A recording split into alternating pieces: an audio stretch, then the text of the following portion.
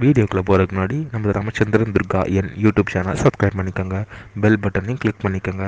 மேலும் இந்த பதிவு பிடிச்சிருந்தால் லைக் பண்ணுங்கள், ஷேர் பண்ணுங்கள், கமெண்ட் பண்ணுங்கள். நன்றி.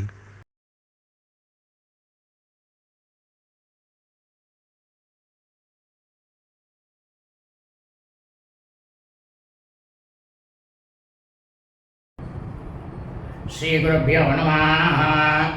ஹரி ஓம். ஸ்ரீ மகாகணாதிபதயே நமः. அனைவருக்கும்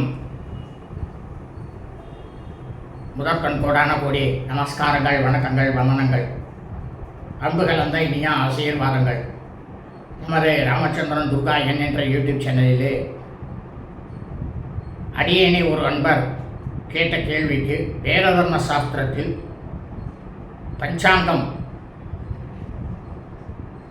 என்றால் என்ன, அவசியம் அதை கடைபிடிக்க வேண்டுமா, சௌராதி மாணவர்கள் சந்திரமானவர்கள் உண்டா இல்லையா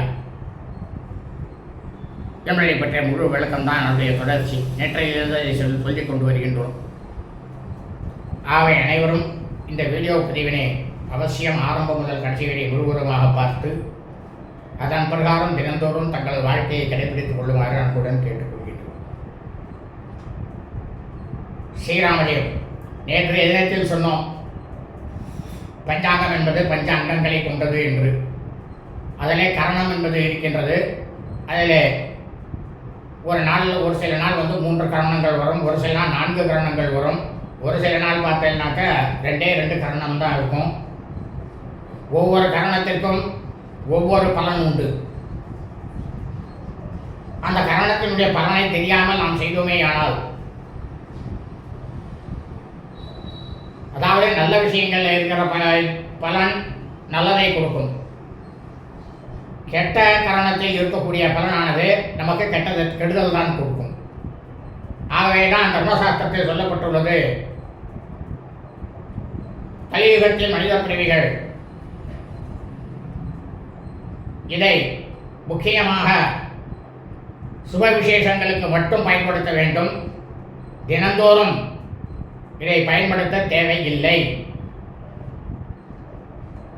ஆலயங்களில் நிச்சயமாக இதை கடைபிடிக்க வேண்டும் என்று சொல்லப்பட்டுள்ளது தர்மசாஸ்திரத்தில். சரி, இந்த பஞ்சாங்கம் இது இல்லைனாக்க நாங்கள்லாம் பஞ்சாங்கத்தை பார்க்கறதே கிடையாது. இந்த கலியுகத்தில் பஞ்சாங்கங்கள் எப்படி இருக்குங்கிறதையும் தர்மசாஸ்திரத்தை சொல்லியிருக்கு. மனிதனாகப்பட்டவன்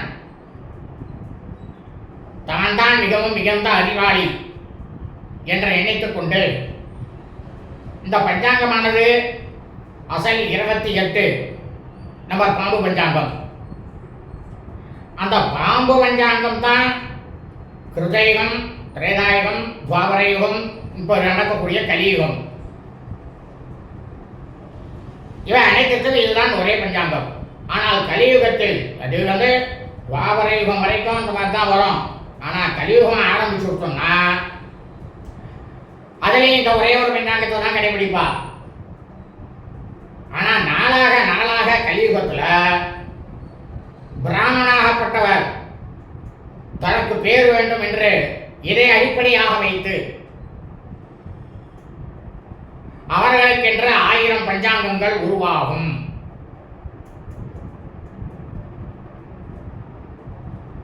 அப்ப எல்லாருக்கும் என்ன ஆகும்? அதாவது மடத்து பஞ்சாங்கம், ஆற்காட்டு சீதாராம் ஐயர் பஞ்சாங்கம். ஆனா எல்லாத்துக்கும் பேஸ்மெண்ட் எதுனாக்க இந்த அசலி 28 பாம்பு பஞ்சாங்கம் தான் பேஸ்மெண்ட்டாக தான். அதை வச்சுட்டு இவன் என்ன பண்ணுவானாக்கா, சூரிய உதயத்தெல்லாம் ஒரு 2 நாளைக்கு அவன் முன்னால் போட்டுண்டு 2 நாளைக்கு அது தர்மசாஸ்திரத்தில் என்ன சொல்றதுன்னா, சூரிய பகவானுக்கும் சந்திர பகவானுக்கும் உதயமும் கிடையாது, அஸ்தமனமும் கிடையாது. ஆனா கலியுகத்தில் சூரிய உதயம்னு போடுவா, சூரிய அஸ்தமனம்னு போடுவா. ஏன்னா சூரிய பகவானுக்கு 24 மணி நேரமாக ஒரு பாட்டுக்கு சுற்றிகிட்டே இருப்பார். இப்போ நம்ம இங்கே ராவல்னாக்கா அமெரிக்காவில் பகல், பாரத பூமிங்கிறது ஒரே பூமி தான். ஆகாயங்கிறது ஒரே ஆகாயம்தான். அப்ப சந்திர பகவான் என்ன பண்ற, நம்மளுக்கு சாயந்தரம் இங்க தெரியற காத்தாலி என்ன தெரிய மாட்டேங்க. அதான் காத்தாலியும் சந்திரன் இருக்காது. இந்த பூமியினுடைய சுழற்சியினால்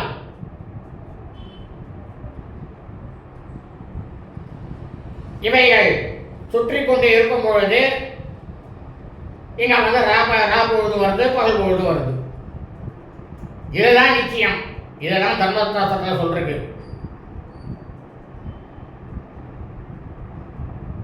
ஏன் நம்ம வந்து நம்ம கண்ணுக்கு தெரியும் பொழுது அதை நாம் உதயம் என்று சொல்கின்றோம். கண்ணுக்கு தெரியலனாக்க அஸ்தமனம்னு ஒரு பெயரை வச்சிருக்கோம், அவ்வளவுதான். அப்ப அந்த சூரிய பகவானாகப்பட்டவர் நம் கண்ணுக்கு தெரியக்கூடிய அந்த நேரத்தை தான் இவர்கள் அதிலே வந்து இப்போ வந்து இன்னைக்கு வந்து 6 மணிக்கு வச்சுப்போம். இவன் என்ன பண்ணுவான்னா 6:01 போடுவான், போட்டு பஞ்சாங்கத்தை பதிவு பண்ணுவான். இல்லை 5:59 5:58 போட்டு பஞ்சாங்கத்தை பதிவு பண்ணுவான். ஆனால் உண்மையாகவே பார்த்தோம்னா 6 மணி தான். அவரவர்களுக்கென்று ஒரு பஞ்சாங்கத்தை உருவாக்குவார்கள். அதனால் ஜனங்கள் குழம்பி போகும். அதனால் தான் கலியுகத்தில் பலவிதமான அதர்மங்களானது உருவாகும்.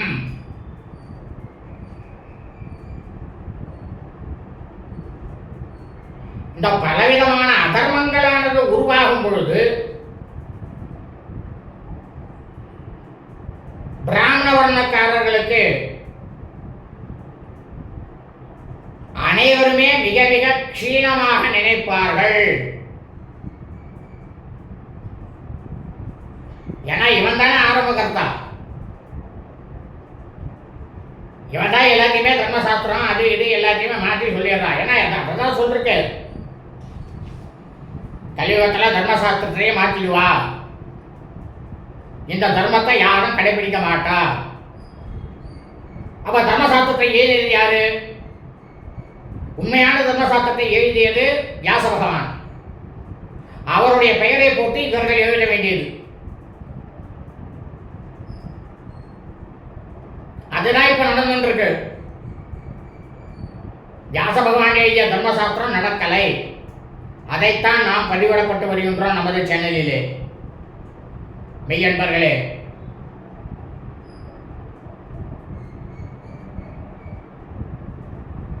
ஆனால் மனித பிறவிகளாக பிறந்த தங்களுக்கு உண்மையாவே உங்களுக்கு எதுவும் தெரியாது.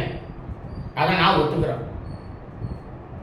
ஏன்னா உங்களை வந்து வழிகாட்டிட்டு சரியான பாதையில் அழைச்சிட்டு போக வேண்டியது ஒரு வேதம் படித்த பிராமணனுடைய கடமை. அதான் சரியா செய்யணும்.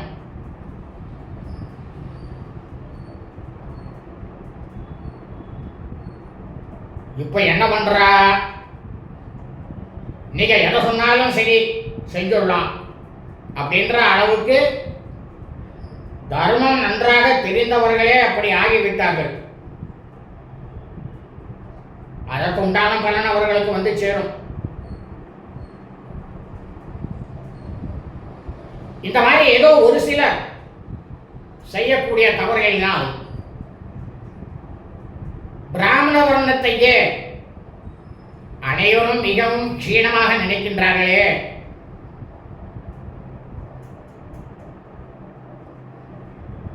அதுதான் அடியேனுக்கு மிகவும் வருத்தமாக இருக்கின்றது.